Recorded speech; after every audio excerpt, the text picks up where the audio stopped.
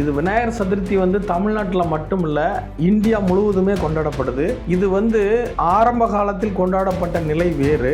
அதன் பிறகு ஆங்கிலேயர்களால் அடிமைப்படுத்தப்பட்டு இஸ்லாமியர்களால் அடிமைப்படுத்தப்பட்ட பிறகு திரு பால கங்காதர திலகர் அவர்களால் இந்த விநாயகர் சதுர்த்தியை மீண்டும் உருவெடுத்து நடத்தப்பட்டது. இந்த விநாயகர் சதுர்த்தி காலத்துக்கு தகுந்த மாதிரி மனிதனுடைய அறிவு வளரணும். அந்த அறிவு வளர்றதுக்கு தகுந்த மாதிரி அவங்களுடைய நடவடிக்கை இருக்கணும். ஒரு காலத்தில் பாட்டு போட்டாங்கன்னா அப்போ யார் கையிலுமே ரேடியோ கூட கிடையாது. ஒரு கை ரேடியோவில் பாட்டு கேட்கணும்னா கூட ஊர்ல 4 பேர் திட்டு தான் இருக்கும். அந்த ஊர்ல 4 பேர் வீட்டில் பாட்டு பாடினா கேட்கணுங்கிறதுக்காக சத்தமா வைன்னு சொல்லி திண்ணையில உட்காந்து பாட்டு கேட்டுட்டு இருப்பாங்க. அதுவும் பேட்டரி கேட்ட உடனே தீர்ந்து போயிடும். கரண்ட் கூட கிடையாது அந்த காலத்தில். இப்போ காலங்கள் ஆதிவாசி காலத்தை நோக்கி போயிட்டு இருக்கோம். மலையில ஏறி இறங்கினா அப்போ மறுபடியும் நீ ஆதிவாசி ஆகணும், இந்த உலகம் இல்லாமல் போகணும். மறுபடி மனித இனம் உருவாகிறதுக்கு பல 100 ஆண்டுகள் இயற்கை தன்னை சுழற்சி முறையில் தன்னை சரி செய்யணும். அப்போ எதிர்பார்க்கும் போது இருக்கக்கூடிய ஆசை அதை அனுபவிக்கும் போது இல்லை. அப்படிதான் இன்னைக்கு மனித இனம் போயிட்டு இருக்கு. அது மாதிரி தான் விநாயகர் சதுர்த்தியும் ஆகிப்போச்சு. இன்றைய நமது சிறப்பு விருந்தினர் புஷ்ப பிரசன்ன ஜோதிடர் என்ஆர் விஹி ராஜா நாராயண் அவர். வணக்கம் சார். வணக்கம். இந்தியா டிவைன் நேயர்களுக்கு விஹி ராஜா நாராயணோட அன்பான கனிவான வணக்கங்கள். விநாயகர் சதுர்த்தி தமிழ்நாட்டில் ஏன் கொண்டாடப்படுறது, என்ன காரணம்? இது விநாயகர் சதுர்த்தி தமிழ்நாட்டில் மட்டும் இல்லை, இந்தியா முழுவதுமே கொண்டாடப்படுது. இது ஆரம்ப காலத்தில் கொண்டாடப்பட்ட நிலை வேறு. அதன் பிறகு ஆங்கிலேயர்களால் அடிமைப்படுத்தப்பட்டு இஸ்லாமியர்களால் அடிமைப்படுத்தப்பட்ட பிறகு திரு பால கங்காதர திலகர் அவர்களால் இந்த விநாயகர் சதுர்த்தியை மீண்டும் உருவெடுத்து நடத்தப்பட்டது. இந்த விநாயகர் சதுர்த்தி விநாயகர் சதுர்த்தி சிலைகளை நம்ம தெருவுக்கு தெரு வச்சு 8 நாள் கொண்டாடிட்டு 8ஆம் நாள் முடிஞ்சதுக்கப்புறம் கடலில் போட்டு கரைச்சி காலால் மிதிச்சு எல்லாமே பண்ணுறாங்க. இதெல்லாம் சரியா தப்பா, என்ன எப்படி எடுத்துக்கணும், எப்படி புரிஞ்சுக்கணும்? நீங்கள் கேட்குறது நியாயமான ஒரு கேள்வி. இந்த விநாயகர் சதுர்த்தி அப்படிங்கிறதுடைய தத்துவமே இந்துக்களுக்கு தெரியலை. பொதுவாகவே இந்துக்களுக்கு தான் என்ன செய்கிறோம், ஏது செய்கிறோம், எதுக்கு செய்கிறோம் அப்படிங்கிறதே சுத்தமாகவே தெரியலை. அந்த வழிபாட்டு முறைகள் எல்லாத்துக்கும் பின்னாடியுமே ஒரு ஆன்மீக அறிவியல் ஒளிஞ்சிட்டு இருக்கோம். ஆனால் இது அவங்க நாள்பட காலங்கள் மாற மாற ஏன் பண்ணுறோம் எதுக்கு பண்ணுறோன்னு தெரியாமல் அதை தவறுதலாக ஆக்கி மற்றவங்க கண் முன்னாடி முகம் சுளிக்கக்கூடிய வகையில் கொண்டு நிப்பாட்டுறாங்க. இப்போ பொதுவாக இந்த விநாயகர் சதுர்த்தி கொண்டாடப்படுவதன் நோக்கம் என்ன அப்படின்னு கேட்டிங்கன்னா, வெயில் காலங்களில் பார்த்திங்கன்னா ஆரம்பத்தில் சிவராத்திரி வரும். இந்த சிவராத்திரி முடிஞ்சதும் அக்னி நட்சத்திரம் ஆரம்பிக்கும். அது வெயில் காலத்தை இன்வைட் பண்ணுறதுக்காக சிவ பூஜை. சிவன் என்றாலே அக்னி தத்துவம். அப்போ அந்த அக்னி தத்துவமானது வரவேற்கக்கூடிய வகையில் இருக்கணுங்கிறதுக்காக யாகங்கள் முன்னாடியும் வேள்விகள் முன்னாடியும் இரவு முழுதும் முழிச்சிருந்து உடம்பை சூடாக்கி வரக்கூடிய அக்னியோட அக்னி சேரணும் அப்படிங்கிறதுக்காக கொண்டாடப்படுவது தான் சிவராத்திரி. அதன் பிறகு வரக்கூடிய காலகட்டங்களுக்கு முன்பு, அதாவது குளிர்காலம் வருவதற்கு முன்பு மழைக்காலம் வருவதற்கு முன்பு கொண்டாடப்படக்கூடிய முதல் பண்டிகை விநாயகர் சதுர்த்தி. எல்லா விஷயத்துலேயுமே முதல் துவக்கமாக துவங்கக்கூடியவர் விநாயகர் தான். இப்போ விநாயகர் தான் நம்ம போட்டு ஆரம்பிக்கிறோம் ஏதாவது எழுதணுன்னா கூட. அதே மாதிரி தீபாவளி பண்டிகையை ஒட்டி புது கணக்குகள் இந்த ஷேட்டெலாம் ஆரம்பிப்பாங்க. அதில் ஒரு முக்கியமான ஒரு தத்துவம் இருக்குது. பவ கர்ணம்னு ஒன்று வரும் தீபாவளியை ஒட்டி. அந்த பவ கர்ணத்தோடு அவங்க ஆரம்பிப்பாங்க. அதுதான் சிறப்பாக இருக்குங்கிறதுக்காக. இதில் இன்னொரு விஷயம் என்னென்னு பார்த்திங்கன்னா, இந்த விநாயகர் சதுர்த்தி அந்த காலங்களில் ஏன் கொண்டாடப்பட்டது, எதுக்கு கொண்டாடப்பட்டதுன்னு கேட்டிங்கன்னா, அந்த காலங்களில் விவசாயம் முடிந்த பிறகு, அதாவது இந்த வெயில் காலம் முடிஞ்சு இளவேநீர் காலம்னு சொல்லுவாங்க. அதாவது காற்று ஆடி மாதம் காற்று அடித்து அந்த குளங்கள்லாம் அழிஞ்சு குளத்தில் மீன் பிடிச்சதுக்கு அப்புறமாட்டு அதில் இருக்கக்கூடிய அந்த களிமண்ணு சொல்லுவாங்க. அந்த குளத்துலையும் ஆற்றுலையும் இருக்கக்கூடிய அந்த களிமண்ணை எடுத்துகிட்டு இவங்க கையில் வச்சுருக்கக்கூடிய விதைகள், நவதானியம்னு சொல்லக்கூடிய விதைகளெல்லாம் அந்த களிமண்ணில் மிக்ஸ் பண்ணி விநாயகர் சிலைகளை உருவம் செய்து இந்த விநாயகர் சதுர்த்திக்கு அன்னைக்கு பூஜையில் கொண்டு வைப்பாங்க. அந்த 9 நாட்களும் முளைப்பாரின்னு ஒன்று வைப்பாங்க. அந்த காலத்தில் முளைப்பாரி வச்சு அந்த விநாயகரை சுற்றி சுற்றி கும்மி பாட்டெலாம் பாடி கிட்டத்தட்ட 8 நாட்கள் விநாயகருக்காக திக்கு 8 திசை 8 திசையிலும் எங்களுக்கு நன்மை நடக்கணும்னு முதல் விநாயகரை வணங்கி விநாயகர் சதுர்த்தி முடிஞ்சதும் 8ஆவது நாள் கொண்டு போய் என்ன பண்ணுவாங்கன்னா, ஆத்தங்கரை குளத்தங்கரையில் கரை பகுதியில் வைப்பாங்க. அதை கரை பகுதிங்கிறதா நாள்படையில் கரைக்கணுங்கிற சொல் மாறுதல் ஆயிடுச்சு. அந்த கரை பகுதியில் வைக்கப்படும் பொழுது என்ன ஆகும்னு கேட்டிங்கன்னா, ஆற்று பகுதி குளத்து பகுதி அந்த கரை பகுதி வலுப்படும். இந்த களிமண்ணானது அப்படியே எல்லாரும் கொண்டு ஒரு ஊரே கொண்டு ஒரு குளத்தில் கொண்டு சைடில் வைக்கும் பொழுது அது என்ன ஆகும்னா, அது குளத்துக்கு துவளம் கட்டுற மாதிரி, துவளம்னா காம்பவுண்ட் சவர் அமைக்கிற மாதிரின்னு வச்சுக்கோங்களேன். இந்த காம்பவுண்ட் சவர் அமைக்கிற மாதிரி அது ஒரு கான்கிரீட் மாதிரி அது கொண்டு போய் வச்சுருவாங்க. வச்ச பிறகு இந்த விநாயகர் சதுர்த்தி வந்த உடனே பாருங்கள், ஒரு 20 நாளைக்குள்ளே மழை பொழியும். விநாயகர் சதுர்த்தி வந்து 20 நாளைக்குள் மழை பொழிவு உண்டாகும். அந்த மழை துளி பட்டு பட்டு அந்த களிமண்ணில் இருக்கக்கூடிய விதைகள் கரைந்து அந்த களிமண் ஒரு காம்பவுண்ட் சுவர்கள் போல் முலாம் பூசப்பட்ட மாதிரி ஃபினிஷ் பண்ணிட்டு போயிடும்.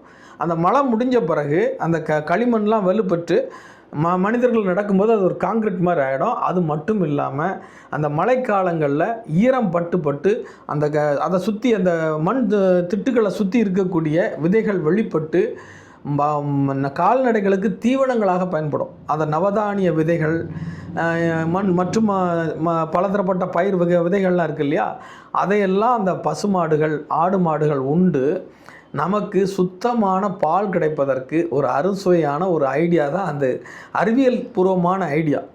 இதை வந்து பக்தி இல்லாமல் நீங்கள் சொன்னீங்கன்னா யாரும் செய்ய மாட்டாங்க.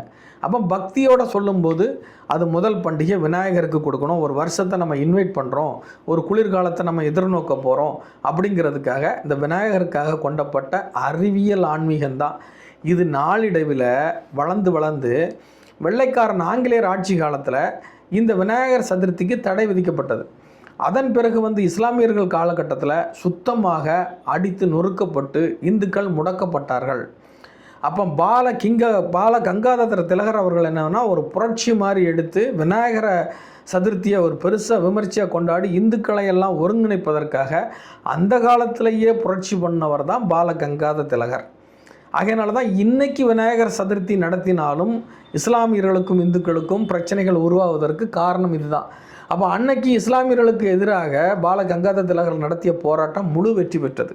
அதன் பிறகு தான் அந்த சுதந்திர போராட்டங்கள்லாம் வெற்றி அடைஞ்சி ஒரு நல்ல பலன் அமைஞ்சதாக இந்துக்களுடைய ஐதீக நம்பிக்கை. அதனால தான் அந்த விநாயகர் சதுர்த்தியை விமர்சையாக கொண்டாடப்படுவது. வடநாடுகள்லாம் பார்த்திங்கன்னா பெரிய பெரிய விநாயகர்களை செஞ்சு வேறு லெவலில் பண்ணுவாங்க. நாளிடைவில் இதனுடைய தத்துவங்கள் புரியாமல் அதை கலர் பெயிண்ட் அடித்து அதை கண்ட ரசாயன கலவைகளெல்லாம் செய்ய வச்சு அந்த விநாயகரை கொண்டு போய் கடலில் கொண்டு போய் போட்டு ஏறி மிதிக்கிறது முட்டாள்தனமான நடவடிக்கை. இது இந்துக்களுக்கு எப்படி தான் புரிய வைக்கிறதுனையும் புரியல. இது முன்னாடி வந்து சென்னையில் ஓடினது கூவம் நதிக்கரையோரம் களிமண்ணால் செய்யப்பட்ட விநாயகர்கள் தான் இருக்கும். 60 வயதுக்கு மேற்பட்டவர்கள்ட்ட கேட்டு பாருங்கள், சொல்லுவாங்க. கடற்கரையில் கொண்டு போய் கரைக்க மாட்டாங்க. கூவம் நதியில் அந்த விநாயகர் துவளத்தில் தான் வைக்கப்படும். அந்த காம்பவுண்ட் சுவர் மாதிரி துவளம்னு சொல்லுவாங்க, அதை இந்த பழைய தூய தமிழ் அதில் தான் வைப்பாங்க. அப்போது நம்ம முன்னோர்கள் அறிவியல் பூர்வமாக கொண்டாடினதை இன்றைக்கி அறிவின்மையாக கொண்டாட நினைக்கும்போது சங்கடமாக இருக்குது, வருத்தமாக இருக்குது. இந்த விநாயகர் சதுர்த்தி கொண்டாடப்படுவதன் நோக்கம் இதுதான். ஏன் விநாயகருக்கு நம்ம புல் வைக்கிறோம்? முதலாக உலகத்தில் தோன்றியது புல் தான். இந்த விநாயகருக்கு வைக்கிறமே தர்ப்ப புல், அந்த புல் தான் முதல்ல விநாயகருக்கு தோன்றினது. அப்போ புல்லாய் பூண்டாய் புழுவாய், புல் பூண்டு விதை புழு, அதன் பிறகு தான் ஒவ்வொரு ஜீவராசிகளாக உண்டாடுது. அப்போது ஒரு விதை தத்துவம் எங்கேருந்து ஆரம்பிக்குது? விநாயகருக்கு மூலம் நட்சத்திரம், ஆஞ்சநேயருக்கு மூல நட்சத்திரம். அப்போ நம்மளுடைய மூலம் என்ன? அந்த மூல விதை என்ன? அந்த மூல விதை தான் புல். அதற்கு நம்ம காணிக்கை எங்களுக்கு முதலாக நாங்கள் அந்த புல்லிருந்து தான் அந்த மனித இனம் தோன்றுச்சு அப்படிங்கிறத தெய்வத்திரத்தை சமர்ப்பிக்கிறதா விநாயகர் சதுர்த்தி. இப்போ அவங்க பண்ணுற கூத்துங்களை பார்த்தா என்ன சொல்கிறதுனே ஒன்றுமே புரியலை. விநாயகர் சதுர்த்தி இந்த ஊர்வலத்தெல்லாம் பார்க்கும் பொழுது இவங்கெல்லாம் உண்மையிலுமே ஆன்மீகமாக பக்தியாக தான் பண்ணுறாங்களா, அல்லது ஒரு வெறுப்பான விஷயத்தை விதைக்கிறாங்களா அப்படின்னு நிறைய கேள்விகள் இருக்குது. அந்த விநாயகர் சதுர்த்தி ஊர்வலத்தில் நடக்கக்கூடிய அந்த கூத்துக்கள்லாம் எப்படி பார்க்கணும், எப்படி எடுத்துக்கணும்? பொதுவாகவே ஆன்மீகம் அப்படிங்கிறது என்னென்னா, தனி மனிதனுடைய வாழ்க்கையாக இருக்கட்டும், அது ஒரு பொது விஷயமாக இருக்கட்டும், ஆன்மீகத்தினுடைய குதூகலம், ஆன்மீகத்தினுடைய சந்தோஷம் தன்னை சந்தோஷப்படுத்திவிடுது. நம்ம சந்தோஷமாக இருக்கணுங்கிறது நியாயம். நம்ம சந்தோஷம் அடுத்தவன் நிம்மதியை கெடுக்கக்கூடாது. இப்போ இதில் இன்னொரு விஷயம் அடங்கியிருக்கு. இப்போ நிறைய கிராமங்கள்லேயும் சரி நகரங்கள்லேயும் சரி ஸ்பீக்கர், எல்லா கோயில்லையுமே காலையிலையும் சாயங்காலமும் ஸ்பீக்கர் சத்தம். இதனால் இடர்பாடுகள் என்ன? வயது முதிர்ந்தவர்கள், படித்து கொண்டிருக்கக்கூடிய குழந்தைகள், இவங்களுக்கு எல்லாத்துக்குமே பிரச்சனை. ஏற்கனவே வாகன சத்தம், செல்ஃபோனு, டிவி இப்படின்னு ஏகப்பட்ட சத்தத்துக்கு மத்தியில் வாழ்ந்துகிட்டு இருக்கோம். இந்த அடிப்படை அறிவு கூட இல்லாமல் இன்னமும் ஃபங்க்ஷனுக்கு பெரிய பெரிய அளவில் ஸ்பீக்கரை போட்டுக்கிட்டு, அதாவது காலத்துக்கு தகுந்த மாதிரி மனிதனுடைய அறிவு வளரணும். அந்த அறிவு வளர்கிறதுக்கு தகுந்த மாதிரி அவங்களுடைய நடவடிக்கை இருக்கணும். ஒரு காலத்தில் பாட்டு போட்டாங்கன்னா அப்போ யார் கையிலையுமே ரேடியோ கூட கிடையாது. ஒரு கை ரேடியோவில் பாட்டு கேட்கணுன்னா கூட ஊரில் 4 பேர்த்துக்கிட்ட தான் இருக்கும். அந்த ஊரில் 4 பேர் வீட்டில் பாட்டு பாடினா கேட்கணுங்கிறதுக்காக சத்தமாக வைன்னு சொல்லி திண்ணையில் உட்காந்து பாட்டு கேட்டுட்டு இருப்பாங்க. அதுவும் பேட்டரி கேட்ட உடனே தீர்ந்து போயிடும். கரண்ட் கூட கிடையாது அந்த காலத்தில். அப்போது ஒரு காலகட்டத்தில் கேட்டாங்கன்னா அதில் நியாயம் இருந்துச்சு. ஏன்னா அப்போ உலகமே அமைதியாக இருக்குது. அப்போ ஏதோ ஒரு இனிமையான ஒரு பாடல், அப்போ வந்த பாடல்கள் மனிதனுடைய மூளையை டிஸ்டர்ப் பண்ணுற மாதிரி வரல. டம் டும்னு சத்தங்கள் கிடையாது. அப்போ அந்த பாடல்கள் கூட கருத்துக்கள் நிறைஞ்சதா, மனிதனை துன்புறுத்தாததா, மனிதனை டிப்ரெஸ் பண்ணாததாக இருந்துச்சு. ஏன்னா இப்போ வரக்கூடிய சத்தத்துக்கு மத்தியில் அதை விட சத்தமான பாடல்கள் தான் வருது. டம் டிம்ன்ட்டு. அப்போ மனிதன் அறிவியலை தேடி போக போக அறிவில்லாமல் வாழ்கிறான் என்பதுதான் பொருள். இப்போது ஒரு நாகரிகம் என்பது மலை உச்சிக்கு ஏறுவது போல். இப்போ நம்ம கீழே இருந்து ஏறுறோம், ஒரு நடுப்பகுதிக்கு வரும்போது குளிர்ச்சியான காற்று, அந்த குளிர்ச்சியான இடங்கள், இதையெல்லாம் ரசித்து மேலே வர்றோம். அப்போ அதையெல்லாம் நம்ம ரசித்தாச்சு, மேலே வந்தாச்சு. மேலே வந்து ஒரு பிளாட்ஃபார்மில் உட்காந்தாச்சு. மேலே வந்து ஒரு பிளாட்ஃபார்மில் உட்கார்ந்த பிறகு அதுதான் உன் முடிவு. அதுக்கு பிறகு நீங்கள் தேட ஆரம்பித்தா அதுக்கு மேலே ஏணி கிடையாது வானத்துக்கு போகிறதுக்கு. நாகரிகமும் அப்படி தான். அப்போ நீ என்ன பண்ணுற, ஆதியில் மனிதன் எப்படி துணிகள் குறைந்து ஆடைகளோடு இருந்தானோ, ஆதி மனிதன் எப்படி தன்னுடைய அறிவில்லாமல் செயல்பாடுகளில் இருந்தானோ அதை நோக்கி நீ இப்போ பயணிக்கிற. ஆகையினால தான் இந்த காலகட்டங்களில் டைவர்ஸு, கணவன் மனைவி வாழ்க்கை இல்லாமல் போகிறது, குடும்பம் இல்லாமல் போவது. இன்னும் கொஞ்ச நாளில் பாருங்கள், இன்னும் ஒரு 15-20 வருஷத்துக்கு பிறகு யாருக்கும் கல்யாணம் நடக்காது. ஏன்னா ஆதிவாசி நிலையை நோக்கி மனிதன் பயணித்து கொண்டிருக்கின்றான். கோர்ட்டுகள் கேஸுகள்லாம் அவ்வளோ டைவர்ஸ். ஒருத்தரும் குடும்பமாக இருக்குது, எல்லாம் ஊர் பார்வைக்கு செல்ஃபி வாழ்க்கை தான் வாழ்ந்துட்டு இருக்காங்க. செல்ஃபோன் வாழ்க்கை. செல்ஃபோனில் குடும்பமாக உட்காந்து சாப்பிட்றது, செல்ஃபோனில் குடும்பமாக உட்காந்து எங்கேயாவது போகிறது, இந்த செல்ஃபி எடுத்து முடித்தோடனே அவங்கவுங்க சண்டையை போட்டு வீட்டுக்கு போயிடுறது. இதான் நடந்துகிட்ருக்கு. அப்போ காலங்கள் ஆதிவாசி காலத்தை நோக்கி போயிட்டுருக்கோம்.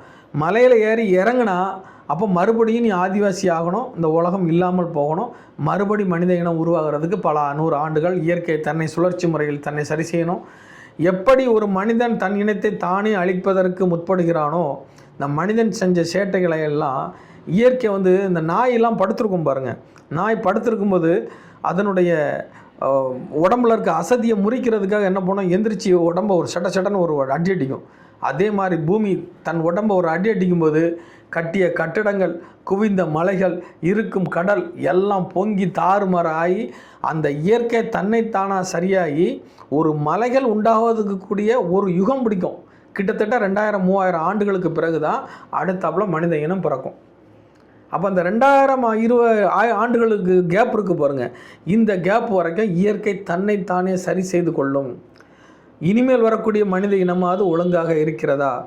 புழு பூண்டு அப்படி பிறவியாக எடுத்து இந்த மனித பிறவிங்கிறது அற்புதமான ஒரு பிறவி. என்னத்தையெல்லாம் கண்டு ரசிக்கிறோம், என்னத்தையெல்லாம் சாப்பிட்றோம், எங்கேயெல்லாம் ஒரு இடத்துலேருந்து ஒரு இடத்துக்கு பிராணிக்கிறோம்.